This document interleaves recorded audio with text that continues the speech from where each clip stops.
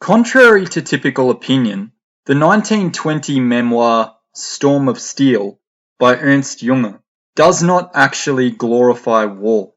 To consider the book as nothing more than a glorification of war, and to thus discount it as such, is to not understand it. Jünger is not an emotionless killing machine, nor is any human soldier. There are many times throughout the book when Jünger demonstrates vulnerability and horror at the scenario within which he is placed. But instead, Jünger was, and is, in my eyes, a real man in every sense, physically, emotionally, spiritually, and poetically.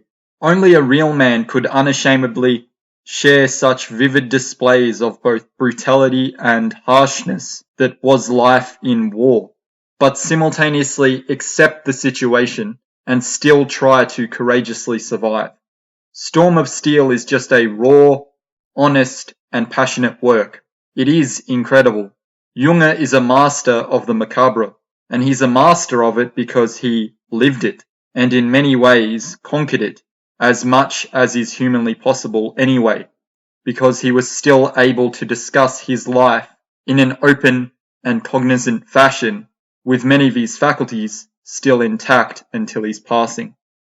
A man with the spirit of a bygone era, of classic heroism and virility, the born warrior, with a thirst for the contest, or what the Greeks called the agon, a thirst for battle, with an unwavering sense of duty.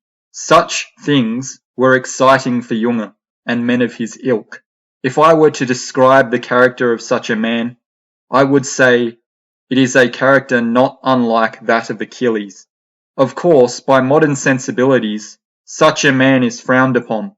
Both Jünger and Achilles may well now be both seen as nothing more than brutes, but that does not discount the fact that many of the virtues the warrior possesses have been and likely still are universally admired and necessary. The warrior myth is still discussed to this day, precisely because it is still admired, even if that admiration is more latent than in previous epochs. It is only latent because modern man wishes to escape it. The warrior is only considered a brute by the modern man simply because the modern man is not a warrior and no longer seeks to be. The typical modern man is strictly a timid intellectual and thus ignorant. Whilst he may have the advanced intellect of a man, he has the physical composition of little more than a child. Thus, he is merely a highly intelligent yet infantile sloth, a half-man who does not even seek to be wholly constituted. But in truth, modern man is only the way he is because he has been allowed to be, and even encouraged to become that way, primarily through the advancement of the Enlightenment and subsequent liberalism. The greatest virtue within liberalism being the avoidance of conflict and the mitigation of threats through the use of a highly advanced intellect, with the ideal outcome of diplomacy. Thus, to even wish to be strong, either mentally or physically, presupposes an acknowledgement of the political, an acknowledgement of the possibility of conflict, and modern man does his best to not only ignore this realization, but also disregard those who have experienced it in the past, much to his own detriment. Thus he is always shocked and underprepared when his fantasy is shattered, just as a sheltered child is shocked and underprepared. I can also see parallels between Jünger's characteristics and Aristotelian virtue. Jünger seems to embody the golden mean. Jünger was also heavily inspired and influenced by Friedrich Nietzsche, and Nietzsche was a great admirer of Greco-Roman virtues and values. The construction of the Übermensch ideal is an obvious indication of this. If one simply takes the time to trace back and connect the dots, it becomes easy to see how and why Jünger became the man he did. Naturally, Jünger was also a man of genuine honor. He displays instances of ample bravery throughout the book, but also a great admiration and mutual respect for the bravery of many of his adversaries. This quality alone should be enough to demonstrate Junger's heart and his humanity, because he recognizes the strength and courage necessary to fight in a war, both within himself and within his enemy, and it takes an exceptional amount of honesty to arrive at such wisdom, especially with the prevalence of wartime propaganda always painting the other man as inhuman. So Junger doesn't necessarily hate his enemy, but acknowledges his duty to his nation and fellow soldiers, accepting a capacity for violence as simply coming with the territory of embodying the warrior. That's not to suggest that Junger was not without his bouts of foolishness and extraordinary luck, best evidenced by an anecdote from a time when he was still inexperienced and alone. He fiddled around with a live hand grenade, only to realize what it was he had been fiddling with after the fact. Not to mention, at one stage he could have easily had his leg blown off by shrapnel too. So whilst Junger was, and is, highly admirable in many ways, he was, and is still, just a man, and never claimed to be anything more. In the early stages of the book, before any orders are given, the then 19-year-old Junger happily recalls instances of typical boisterous and youthful activity between he and his comrades, such things as practical jokes, signifying a certain sense of innocent realism.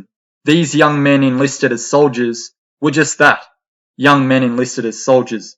They were not monsters, regardless of the side they fought on. I can say without a word of a lie, this book was one of the most vivid works I have ever had the privilege of reading. Quite possibly the most vivid book on one of the most intense events in human history. A great book on the Great War. Junger does a terrific job of presenting a German-centric perspective of the war, without ever being political. In fact, it is so raw at times that it even cuts through any pseudo-reality that may come with politics. It cuts to the core, where there is no room for discussion or thought, only action and instinct.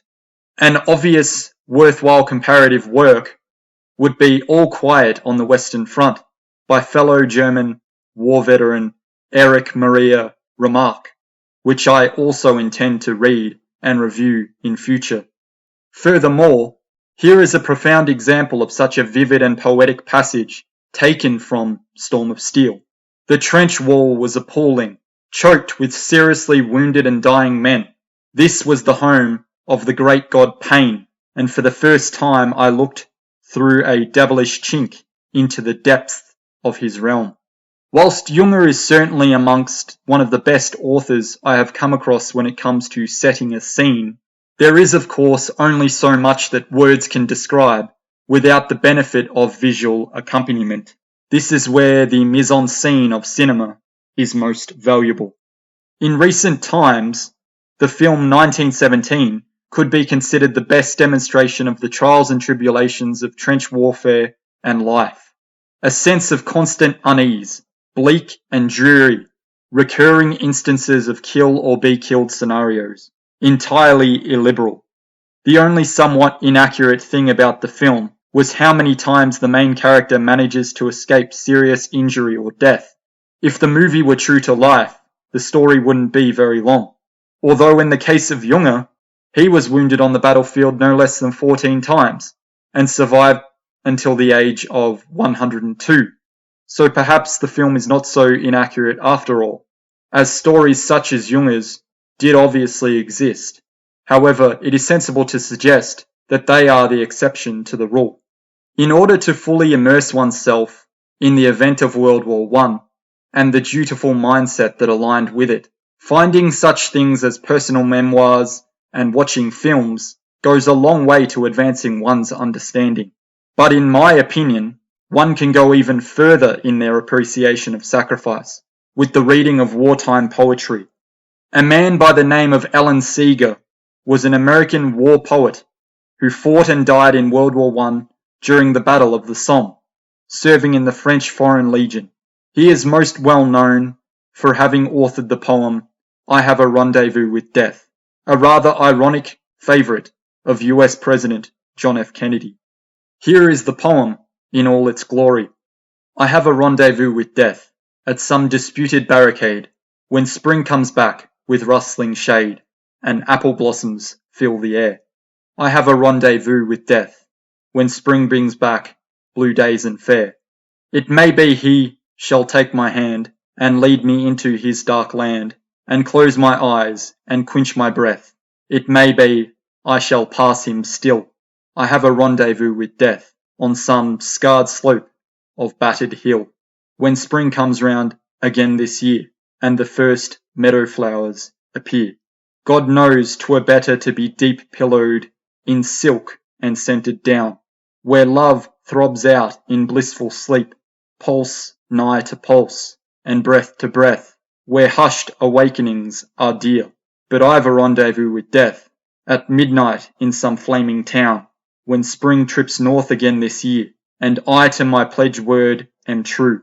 I shall not fail that rendezvous. T.S. Eliot, a classmate of Seeger at Harvard University, described both he and his work as high-flown, heavily decorated, and solemn, but its solemnity is thoroughgoing, not a mere literary formality. Alan Seeger, as one who knew him can attest, lived his whole life on this plane, with impeccable poetic dignity. Everything about him was in keeping. A recurrent theme in Seeger's work was his desire for his life to end gloriously at an early age. By his own admission, he did not pursue worldly rewards. He wanted nothing more than to live without regret, and he pledged to the honour implicit within living one's own life and dying one's own death. Here we pay homage to all the fallen in war for their selfless acceptance of destiny and dignified achievement of immortality in the pages of history.